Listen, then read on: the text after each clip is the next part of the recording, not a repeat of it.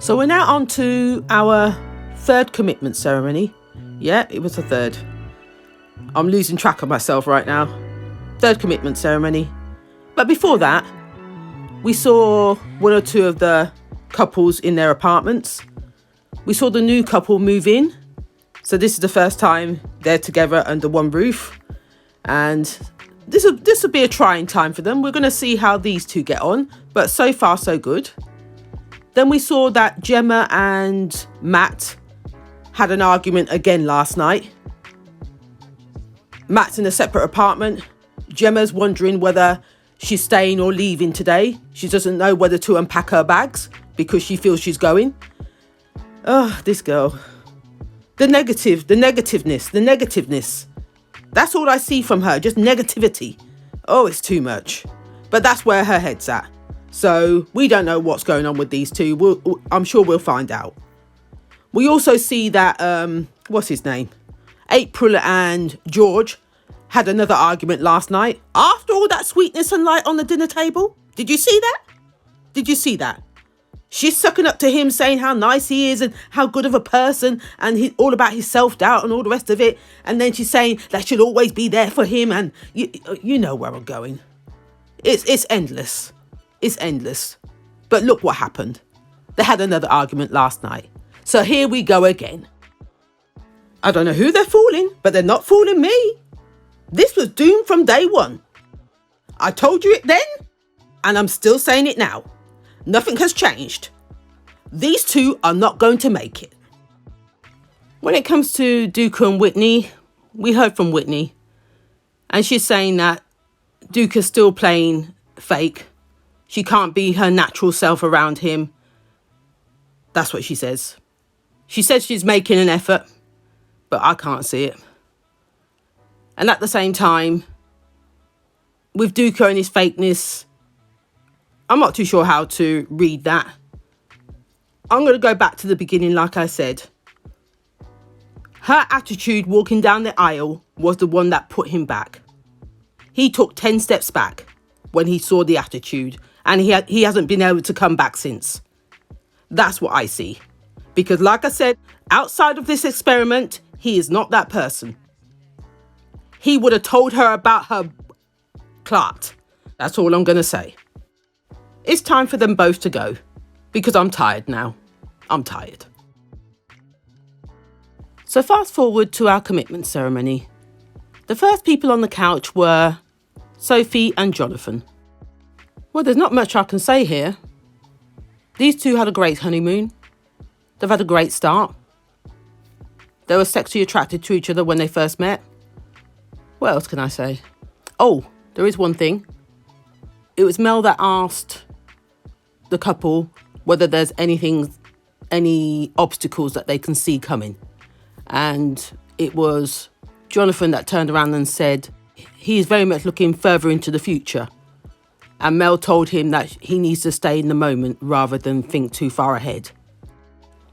His worry was more about the distance. She lives in Manchester. He lives, where was it? Selby. And then also their backgrounds. So those are the sort of two main things that he was more worried about. And yeah, and she said for him to, let's not think about that now. Let's just live in the moment. And we'll worry about those obstacles when they arise. That's virtually what she was saying. So that was the end of their conversation. They both decided to stay. Well, of course, they're going to stay. Our next couple on the couch were Jenna and Zoe. So what I gather, these two have had a good week compared to last week. They've taken the matchmaker's advice and inputted it into their relationship. So it seems to have worked in some way or another. And then Charlene went on to ask, so I'm reluctant to use the V word in regards to, I thought, V word? What's she talking about? Vagina?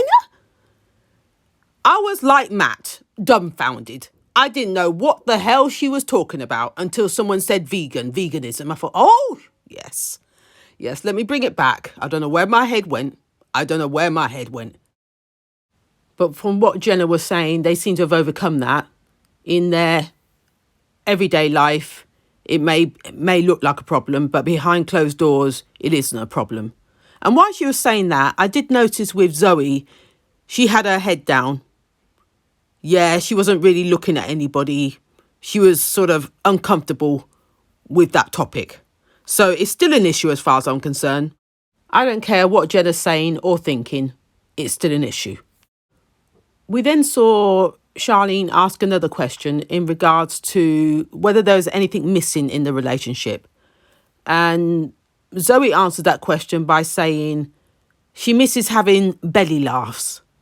She hasn't had that with this relationship so far. Not saying that they're miserable behind closed doors. They do have a laugh, but not a belly laugh. That's how she was saying it. And with her saying that, Jenna's face was like a wet kipper. She's not very good at hiding what she's feeling. Her facial expressions say it all. She felt blindsided a little bit by that.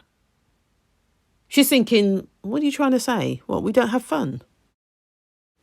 When Charlene asked Jenna what her response to that was, she turned around and says, we get along, but there needs to be mutual respect. And when that's not there, you can't fully put your trust in somebody. That's what she said. And behind that, I think it was Paul, the matchmaker, that turned around and said that they may be physically invested in each other, but not emotionally. So that's what they need to work on this week. To work out whether they're invested in this partnership. Yeah, that's what he said. And then we had Mel saying, once you get that deeper connection, the belly laughs will come. That's what she said. So after the matchmakers had given their words of advice, these guys decided to stay. But all was not well, because soon after, they were seated back into the collective. These two had a little bicker in the back row. And before you knew it, Jenna got up and walked out. Yes, she got up and walked out. And when speaking to the camera, she was saying she didn't see that coming. She hates when Zoe does things like this, where she sort of blindsides her. And she's not feeling it. That's really what it was about. Eventually, we saw Zoe come back in. Sorry, Jenna come back in.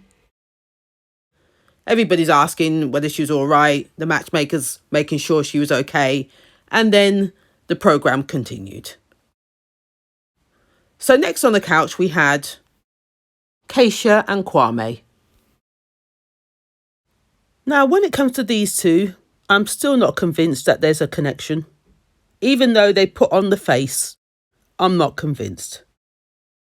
We saw Charlene question them about their intimacy massage that they had and whether anything continued after that. They both looked at each other, paused, but not much was said. I'm thinking to myself, you're lying now. You're making us think that something happened. You're making us think that something happened, but we know it didn't. Keisha's smiling through her teeth. She's smiling with her teeth. But behind that smile, we know nothing happened. And Kwame saying whatever Kwame normally says. A load of nothing. But the real question is what Paul asked them. Both said during the matching process that what you wanted more than anything was a teammate. And right now, we have a team. But I just don't know what game we're playing right now. Yes, Paul. I couldn't agree with you more. What game are you playing? I don't know if we're playing the game of real cool friends, or are we talking about lifelong teammates? I'm living good right now, you know. She's got a lot of the qualities that I definitely need. Okay. A lot of the qualities, yeah. She's got a lot of the qualities that I definitely need. A lot of the qualities. Did you hear that? Did you hear it clearly? She has a lot of the qualities that I definitely need. A lot of the qualities. Not what he wants. Not what he wants. He didn't say she's got a lot of the qualities that I want. He said, what I need. That doesn't tell me that these two are a couple. That tells me he likes certain things about her, but he's not attracted to her. He wishes for those qualities in somebody else. That's what that tells me. And did you notice while he was saying that to her, her head was lowered, her eyes were lowered, and her eyelashes were blinking like nobody's business? That's a negative thought. These two are playing a game. Keisha's looking at this as the land of make-believe, and Kwame's the game player. This is not going to work. I don't care what anybody tells me. And before I forget, they both said stay. Moving on. Our next couple on the couch were April and George. Now, to be honest, nothing's changed here. As I mentioned, they had an argument last night about the same thing over and over again. That's all we hear. About his insecurities, his self-doubt, about loyalty. I'm just lost for words. I don't know what more I can say about these two. Because he's all about loyalty and trust, and he doesn't trust her. And then he talks about he's got securities at home that he cannot change. He's got kids to look after. He's got a home. He's got a family. And he's worrying about how this is going to affect them after the experiment. Is this actually going to go anywhere? The answer is no. The answer is no. But she keeps reassuring him. And as we saw on the couch, she was in tears. He was in tears. Oh, this is a bloody mess. I really don't understand how the experts put a single person with no kids with a guy with 4 kids. I can't get past that.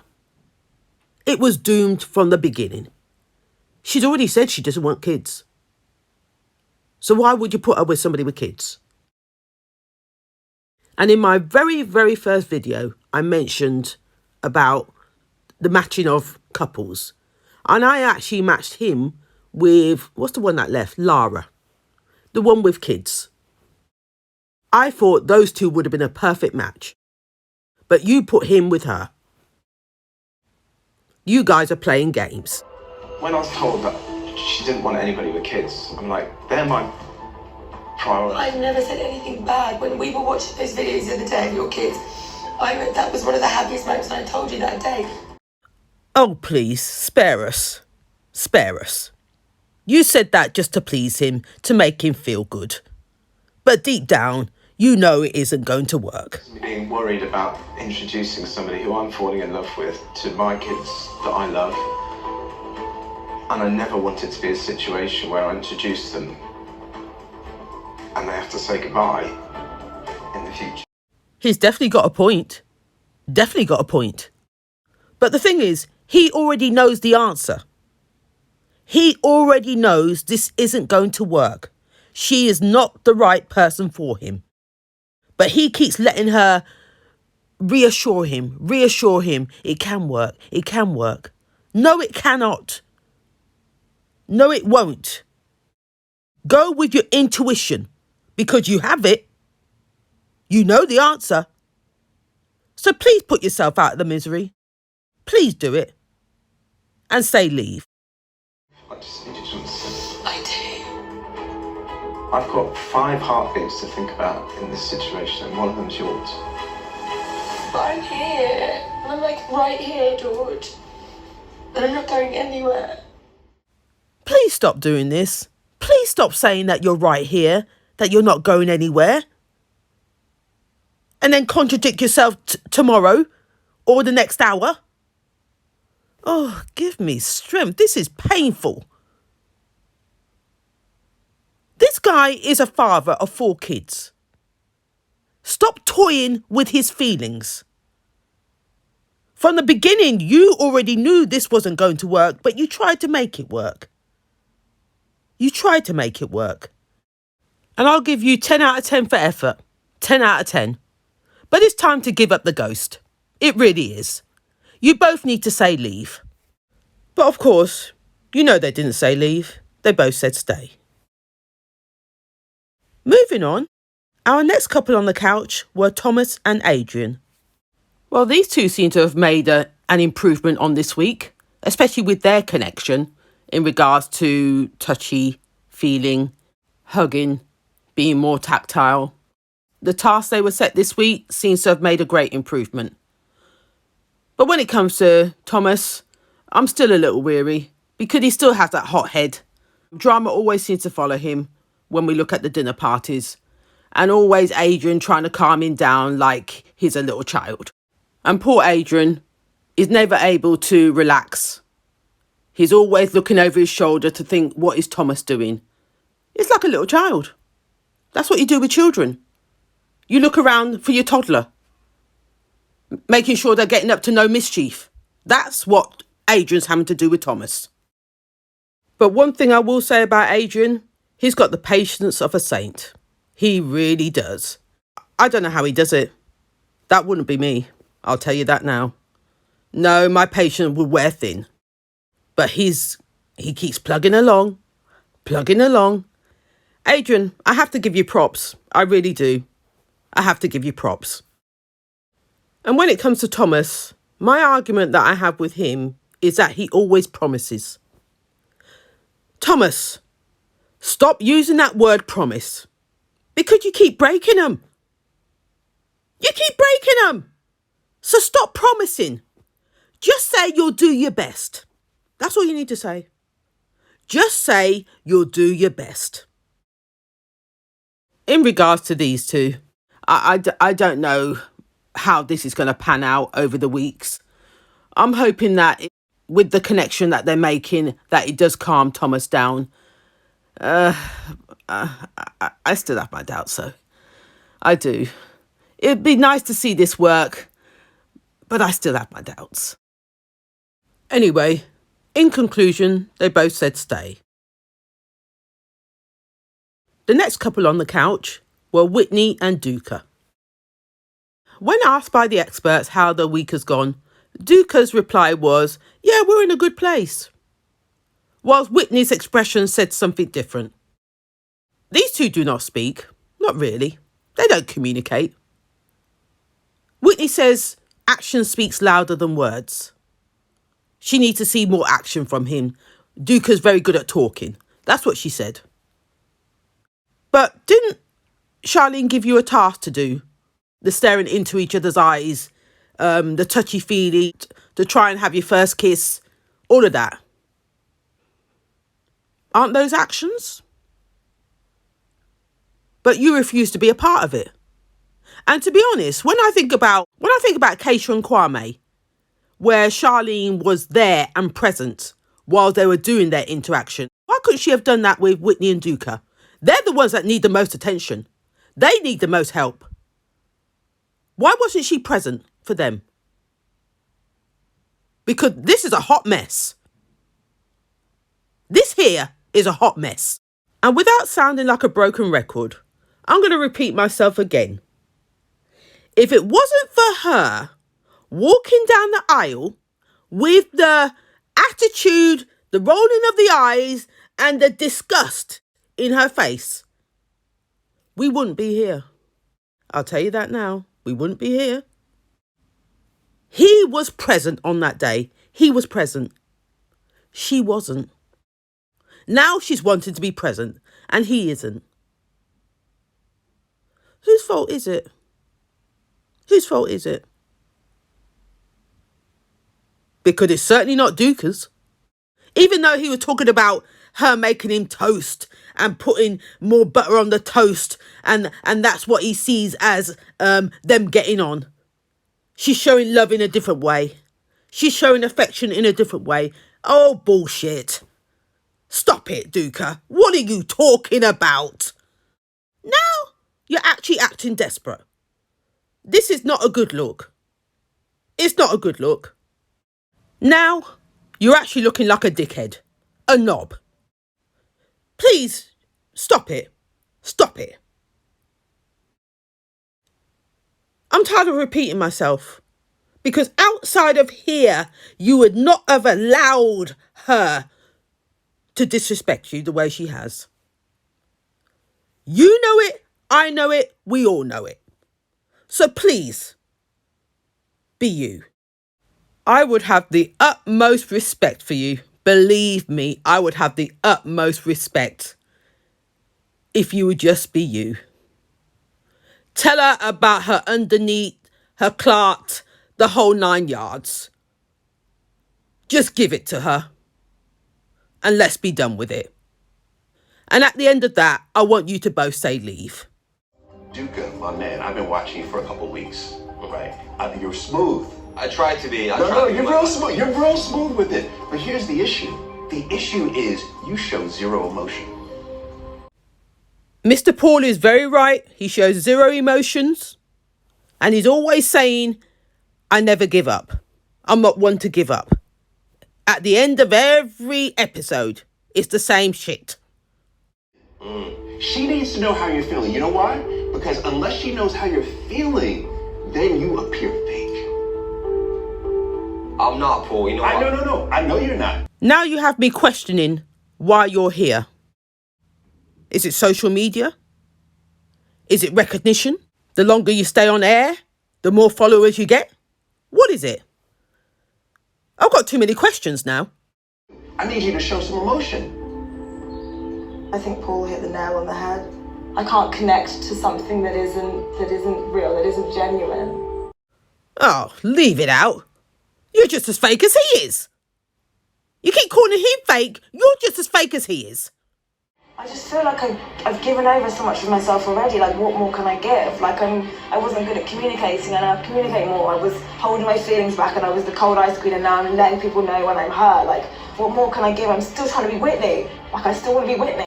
She feels like she's given so much of herself. Do I need a magnifying glass to find that? Because I haven't seen it the whole of this series. What the hell are you talking about? What are you talking about? And then you go on to say that you're giving so much of yourself.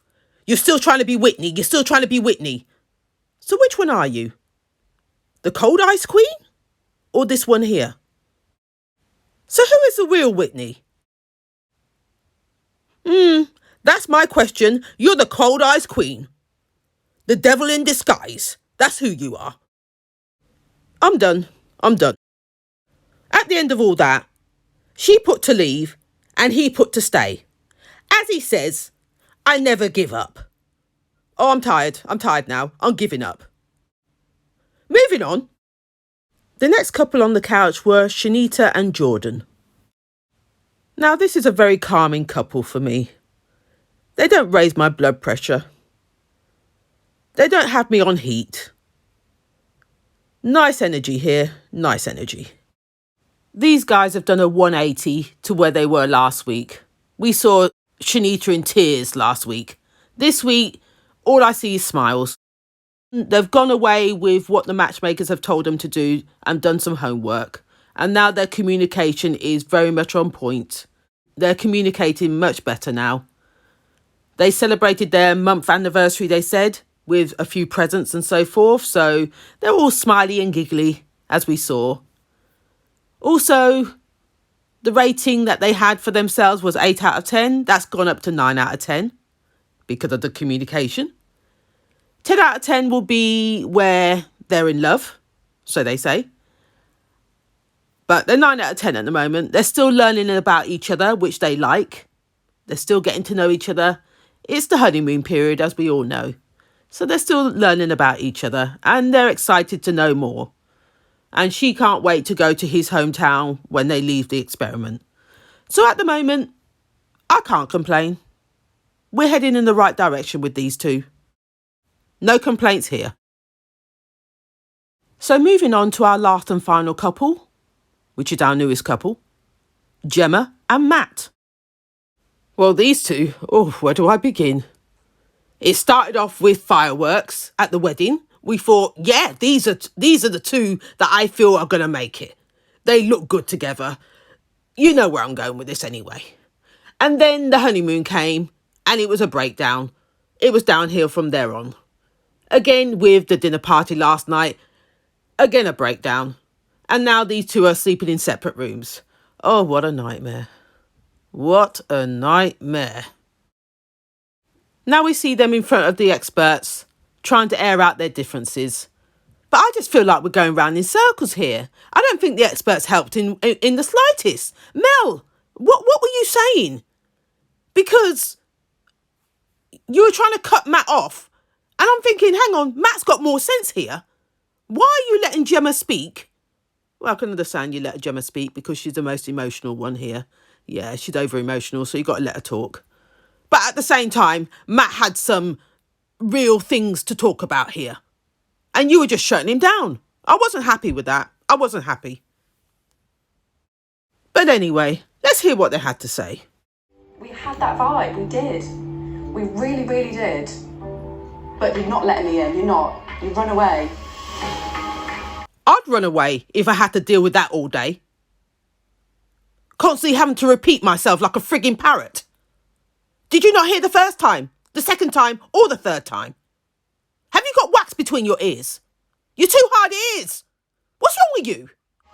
We very quickly had a bit of a breakdown the second we got on the honeymoon. And we had that conversation. Because you think that me and you I are a bit won't massive. talk. I've got to stick up for myself. I've not even I have finished to stick up talking. for myself. I've not finished talking. And this is how it's been all the way through their experience. Matt starts to speak. She shuts him down, overtalks him, and doesn't really hear him out. And even still, let me go one better. Even when she does hear him out, she doesn't quite listen. Hearing and listening are two separately different things. We can all hear, well, majority of us can. We can all hear. But are we listening? Are we listening? She doesn't know how to listen. She can hear, as we all can see. She can hear, but she doesn't know how to listen. These two continue bickering back and forth. It's tiring. Mel had to sort of shut it down and told Matt not to be sarcastic. A comment that he made, not to be sarcastic. We won't have any of this here. So they both calmed down, and then she tried to break down what was happening between the two of them. Firstly, she tried to explain Gemma's point of view in how she's very open, free, very liberated when it comes to sex and talking about it. She was virtually saying that she has no filter. And we like that about you. That's what Mel said. But the way she communicates with sex makes Matt uncomfortable. That's what we heard her say next. And then we heard Matt's point of view. Yes. Right. I'm very used to sex happening quite naturally, it just rolls, it's never spoke about. I'm not really used to somebody continuously telling me they want to take my clothes off. That then made me retract. Well, we saw Gemma's face start to get emotional. I'm hoping with him saying that, were you listening? Are you listening? Were you listening? And then we saw the camera switch over to Keisha and Kwame. Keisha looking at Kwame when he said that. Interesting, isn't it? These two are very similar in a slightly different way, though. Keisha's not so crass in the way she puts sex across, while Gemma is. But they're both sexually liberating women. I want to change things that upset him and bother him, but I'm not going to change my personality, and I cannot stop being me, because if that's not okay, then we're not right for each other. That's the one sane thing I've heard her say. The one thing that makes sense. Mel continued to talk about women using sex as a front and not to get emotionally involved. Yada, yada, yada. And then we heard Charlene talk about, to some men, that's a turn on, the way you are. But to others, it makes them retract. It's a turn off. Gemma also did say that she has a fear of rejection, being vulnerable, and she finds it terrifying. But as Charlene said, it's very important that she hears what Matt has to say, or what Matt is saying. because otherwise we're not going to grow. So this is what they need to do now. Go away, draw a line under everything, and work out how to navigate their way through their problems. So in conclusion, these two both decided to stay. And this is where I leave you now. If you like what you heard, please like, comment and subscribe. Till next time.